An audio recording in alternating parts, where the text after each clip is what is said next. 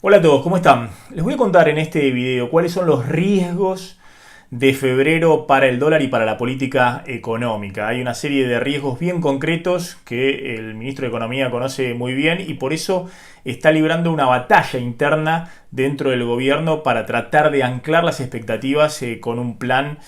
que cierre un acuerdo pronto con el Fondo Monetario Internacional y que además implique tratar de achicar el déficit fiscal y la emisión monetaria. Pero les voy a contar en este video cuáles son exactamente esos riesgos y qué puede pasar en las próximas semanas. Antes de comenzar, les recuerdo que se suscriban al canal, a Plan M, y activen la campanita de notificaciones para recibir las alertas de los videos que subimos todas las semanas. También, si quieren encontrar este u otros informes detallados con gráficos y estadísticas, lo pueden hacer en planem.com.ar o directamente ingresan a nuestra página web por maximontenegro.com. Y si quieren comunicarse conmigo, lo pueden hacer a través de comentarios aquí en la página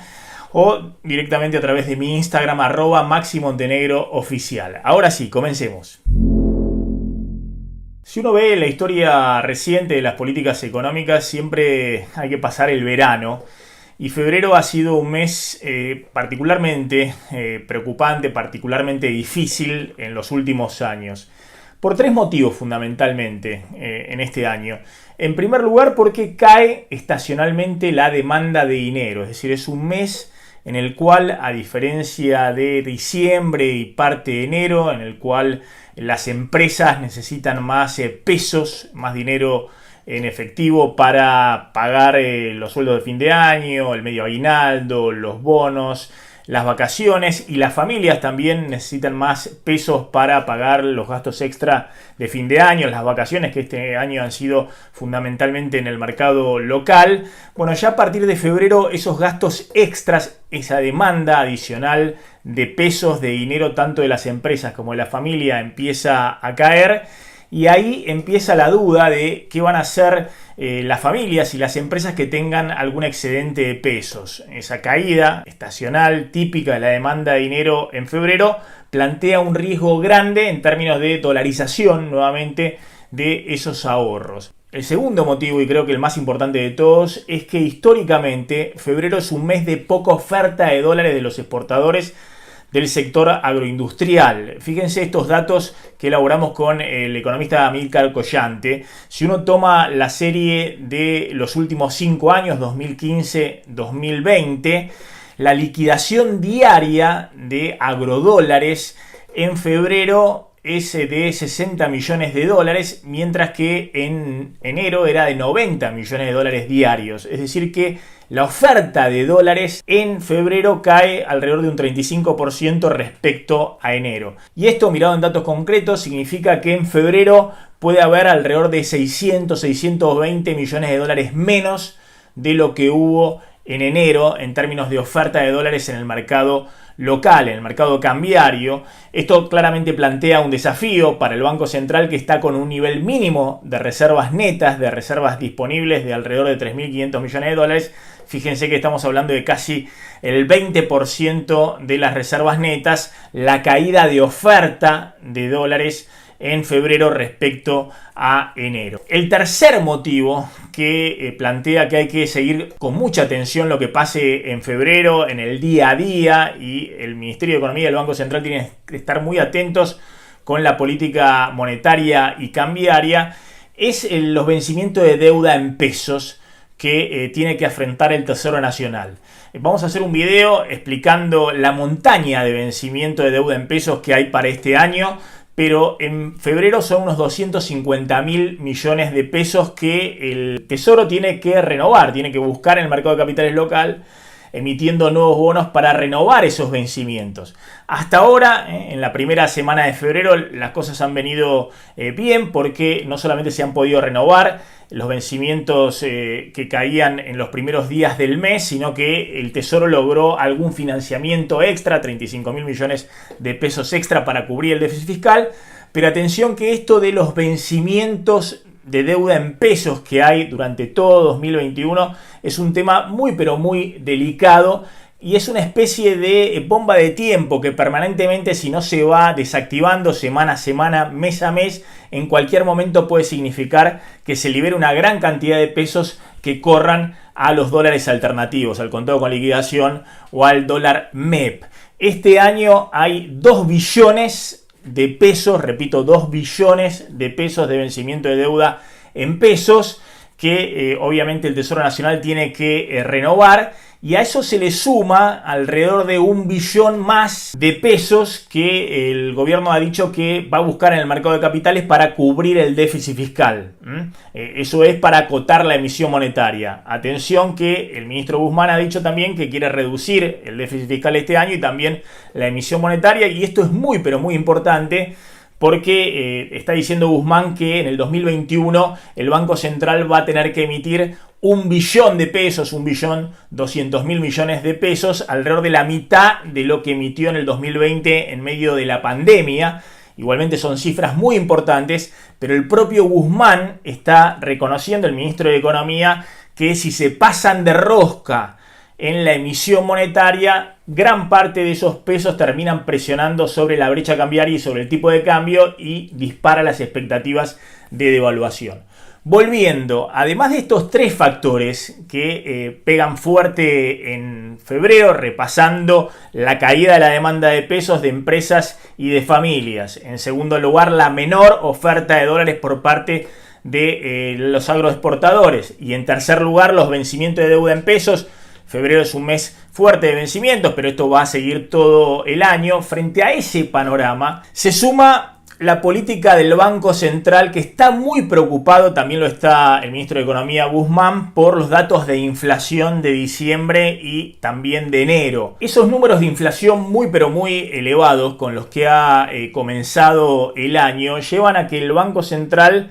haya manifestado que quiere tratar de usar nuevamente el tipo de cambio oficial, es decir, la política cambiaria, como una pequeña ancla de la inflación. Es decir, a diferencia de lo que pasó en diciembre, de lo que pasó en enero, el Banco Central está viendo si desacelera las mini devaluaciones diarias y trata de que esa suba del dólar oficial esté por detrás de la inflación para tratar de anclar la inflación, tratar de desacelerar este ritmo inflacionario. Atención que esto es muy delicado y lleva sus peligros, sobre todo porque mientras el Banco Central quiere utilizar el tipo de cambio oficial como ancla de la inflación en los próximos meses, al mismo tiempo no quiere subir la tasa de interés de referencia para remunerar con mejores tasas de interés a los depositantes en pesos y de esa manera tener más sujeto los depósitos en pesos que no terminen corriendo al dólar. ¿Por qué no quiere subir la tasa de interés en el Banco Central? Bueno, porque la economía apenas se está recuperando en los últimos meses después del golpe tremendo que fue la pandemia y la cuarentena, y consideran en el gobierno que una suba de la tasa de interés podría significar un encarecimiento también del crédito justo en un año electoral y complicar todavía más las perspectivas de salida de la recesión. Pero esa estrategia de desacelerar las mini devaluaciones diarias para tratar de desacelerar la inflación y al mismo tiempo no subir la tasa de interés, atención que tiene el riesgo latente, permanente, de poder alentar una corrida cambiaria en cualquier momento, sobre todo con los depósitos en pesos que hoy pierden frente a la inflación y frente a la suba del dólar oficial y también de los dólares alternativos. Fíjense que la tasa de interés para los depósitos minoristas de plazo fijo está en el 37%, eso da una tasa efectiva anual si se van reinvirtiendo mes a mes esos intereses de los depósitos de alrededor del 44%, está por debajo de la inflación proyectada para este año por las consultoras privadas, y mucho más en el caso de los depósitos mayoristas, los de más de 1 millón de pesos, a los cuales se está remunerando con una tasa de interés de solo el 34% anual. Ante este panorama en el cual la política económica tiene un margen muy pero muy estrecho de maniobra y permanentemente tiene que estar monitoreando la inflación, la recuperación económica y la demanda de pesos para que no haya una nueva corrida al dólar y un proceso de dolarización que termine disparando los dólares alternativos y presionando sobre el tipo de cambio oficial, Está claro que Guzmán en los últimos días quiso jugar fuerte en la interna oficial para apurar lo que considera que es su plan de estabilización. Ahí dentro del gobierno vamos a hacer otro video contándolo en detalle porque hay datos muy jugosos de la interna oficial respecto a qué hacer con la política económica en el año electoral. O aplicar el plan Guzmán, que significa una negociación con el FMI para cerrar a más tardar en mayo, que incluye aumento de tarifas y un tope al gasto público, fundamentalmente la eliminación total del gasto COVID y algunos frenos adicionales a algunas partidas del gasto en el año electoral, o el plan electoral típico del kirchnerismo de cepo total y ampliar el gasto público, atrasar el tipo de cambio para desacelerar la inflación y hacer un mini boom de crédito de bienes durables en el año electoral, y después de las elecciones ver qué se hace con el tipo de cambio, obviamente cómo se hace para devaluar y acomodar un poco las variables. Está claro que ese plan hoy tiene riesgos muy elevados, es lo que plantea Guzmán dentro del gabinete. El riesgo principal es que no llegues a octubre y tengas que devaluar antes porque se te dispararon los tipos de cambio alternativos, pese al cepo total, pese a el control de precios, pese al control del comercio exterior para garantizarse la oferta de divisas, pese a esa idea de controlamos todo para llegar a octubre con el tipo de cambio atrasado sin devaluar, y después vemos tiene elevadísimos riesgos. Por eso Guzmán está insistiendo y en los últimos días jugó fuerte con declaraciones públicas para apurar su propio plan, que significa un cierre con el Fondo Monetario. No casualmente esta semana el FMI salió a decir que iban a hacer todo lo posible por cerrar en mayo el acuerdo como quiere Guzmán. Hubo declaraciones de la propia Cristalina Georgieva y del vocero del fondo. Todo esto obviamente muy operado y muy buscado por el propio ministro de Economía, y no casualmente el propio ministro de Economía salió a decir que el aumento de tarifas de servicios públicos, bueno, en algunos casos es inexorable, porque si no se aumentan tarifas, el Estado lo tiene que pagar o con aumento de impuestos o con aumento de deuda o con emisión monetaria. Justamente el punto principal de discordia dentro del gobierno tiene que ver con, entre otras cosas, el descongelamiento de tarifas de servicios públicos,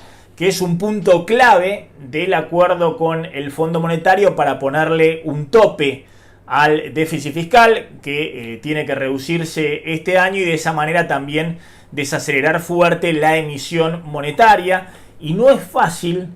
descongelar tarifas de servicios públicos en un año electoral. Nunca lo hizo en su momento el kirchnerismo, ni siquiera Mauricio Macri en el 2017, cuando a principio de año ya congeló las tarifas de servicios públicos, y lo volvió a hacer después de abril-mayo también del 2019 en el año electoral. Así que es un tema muy controvertido y muy difícil de implementar. Según distintos cálculos, el aumento de tarifas necesario para congelar el nivel de subsidios de 2020. En el 2020 se dispararon los subsidios energéticos fundamentalmente, y la cuenta de subsidios llegó a casi 700 mil millones de pesos, 2,2 puntos del PBI. Si uno quisiera congelar esa cuenta, el aumento de tarifas de luz y gas tendría que ser en promedio entre 30 y 40%. Pero como el gobierno ha dicho que no quiere aplicar esos aumentos de tarifas,